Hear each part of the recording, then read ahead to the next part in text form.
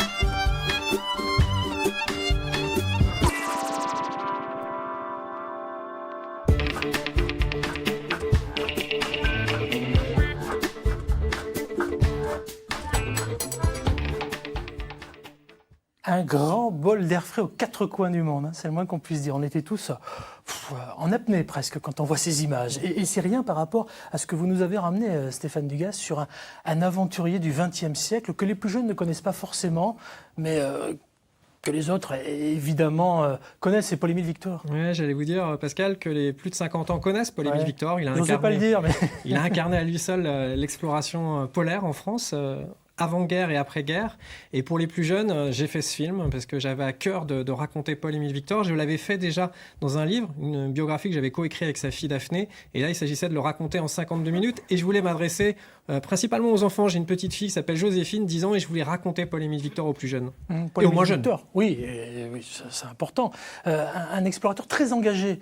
Ça, on ne le sait pas forcément. On parlait tout à l'heure d'éthique, de pollution, etc. Alors lui, il était bien en avance. Je suis né en 1974 et figurez-vous qu'en 1974, Paul-Émile Victor crée le groupe de la défense de l'homme et de son environnement.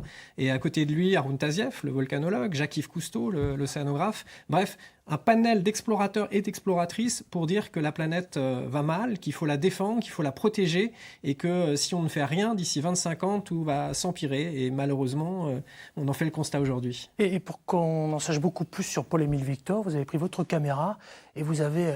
arpenter le globe en rencontrant son fils, mais plein d'autres personnes. Alors, je suis parti du Jura, parce que tout commence chez Paul-Émile Victor à Saint-Claude, dans le Jura, puis ensuite à Lons-le-Saunier, et ensuite sa vie va s'écrire au Groenland. Donc je suis parti au Groenland, au royaume des icebergs et de la glace, de la banquise, et puis j'ai eu cette chance, j'avais à cœur d'aller à Bora Bora, en Polynésie française, où Paul-Émile Victor a fini les 25 dernières années de sa vie en sage, en gourou, en écrivain et en défenseur de l'homme et de son environnement. Ouais, alors c'est bien d'en parler, mais vous êtes comme moi certainement, vous vous dites, moi j'aimerais bien voir les images pour voyager en première classe, donc à faire c'est nous qui allons payer pour l'occasion.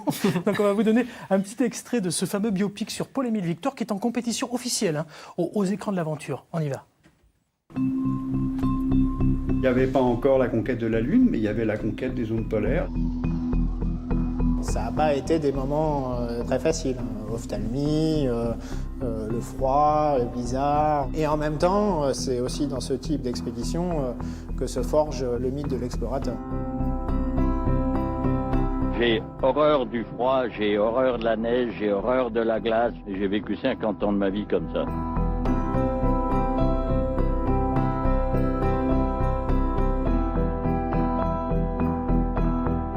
Aujourd'hui, 30 mai 1948, nous franchissons le cercle polaire.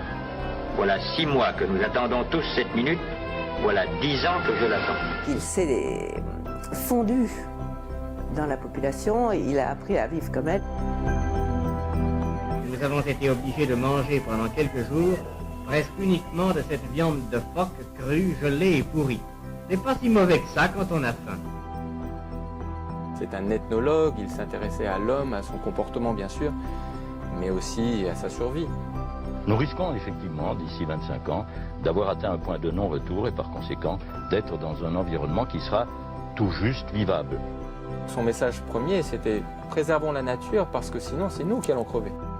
Il m'a donné un socle de connaissances, d'où est parti après mon engagement.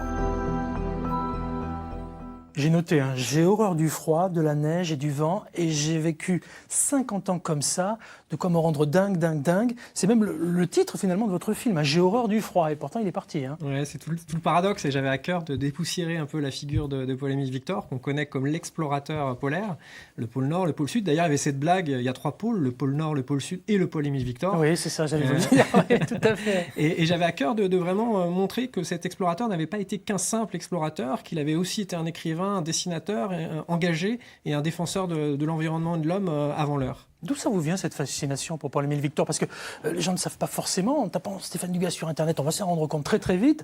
Vous avez fait beaucoup de choses sur lui, notamment un livre, 480 pages. Comment on passe de 480 pages à 52 minutes, par exemple? C'est une horreur, parce que vous avez un principe narratif. Vous écrivez un livre, vous pouvez y mettre plein de détails, vous pouvez raconter, aller dans le détail. Et en 52 minutes, vous devez tout ramasser. C'est pas la même grammaire, j'allais dire, le même vocabulaire quand on est à la télé.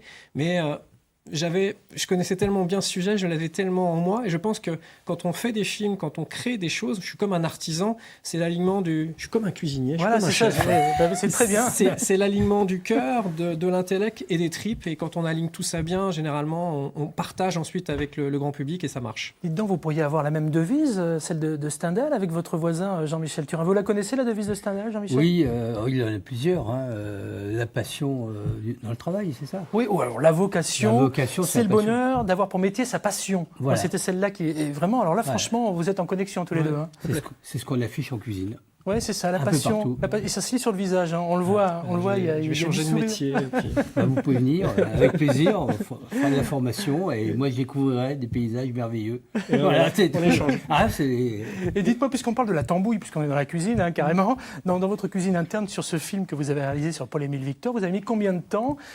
Beaucoup de moyens? Vous étiez tout seul? Ça s'est passé comment? Alors je suis parti contre vents et marées. J'ai d'abord filmé beaucoup de gens pendant que je faisais cette biographie écrite, parce que je pensais naïvement que ces interviews que je filmais grâce à mon complice Christophe Géral. À l'époque, on était au 5D, c'était très novateur de filmer. 5D carrément, 5 dimensions donc. Non, on était avec un boîtier et on filmait, c'était très novateur de filmer avec un boîtier photo. Ouais. Et puis le projet n'a pas intéressé. Bref, un producteur m'a lâché en race campagne. Et puis grâce à Régis Ayache d'Éclat Productions, le projet est rené. Et pour renaître ce projet, on a décidé d'aller tourner au Groenland. On a décidé d'aller tourner dans le Jura, évidemment. On a décidé de retourner à Paris. Puis surtout, cerise sur le gâteau, d'aller à Bora Bora. Et grâce à plein d'aides, à des gens comme Terre d'Aventure, la compagnie French Bee, j'ai pu ficeler mon projet et réaliser l'improbable, un film en allant faire en quelque sorte un pèlerinage sur les lieux emblématiques de Paul-Émile Victor. J'adore parce que vous nous faites déjà voyager quand vous nous parlez de Bora Bora. Nous, on ne dit pas Bora Bora.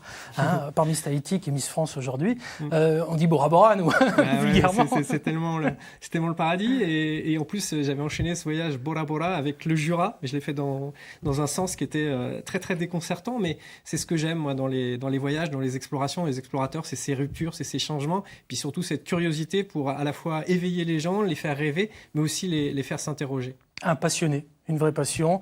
Et c'est à vivre sur les écrans de l'aventure, un festival qui commence demain jeudi jusqu'à dimanche. Et le film J'ai horreur du froid sur Paul-Émile Victor. J'ai bien dit, voilà. Même si c'est un lapsus, j'espère une victoire pour vous finalement. Et donc bien présent et concours. Pour quel prix? Parce qu'il y a plein de prix. Il y a plusieurs prix, mais il est en sélection officielle. C'est un vrai privilège parce que vous avez 15 films d'une qualité incroyable et je crois qu'il y a plus de 400 films qui sont arrivés. Sur le monde entier. Non, on ne s'en rend pas compte, mais c'est incroyable. Les meilleurs films d'aventure, c'est à Dijon, c'est aux écrans d'aventure.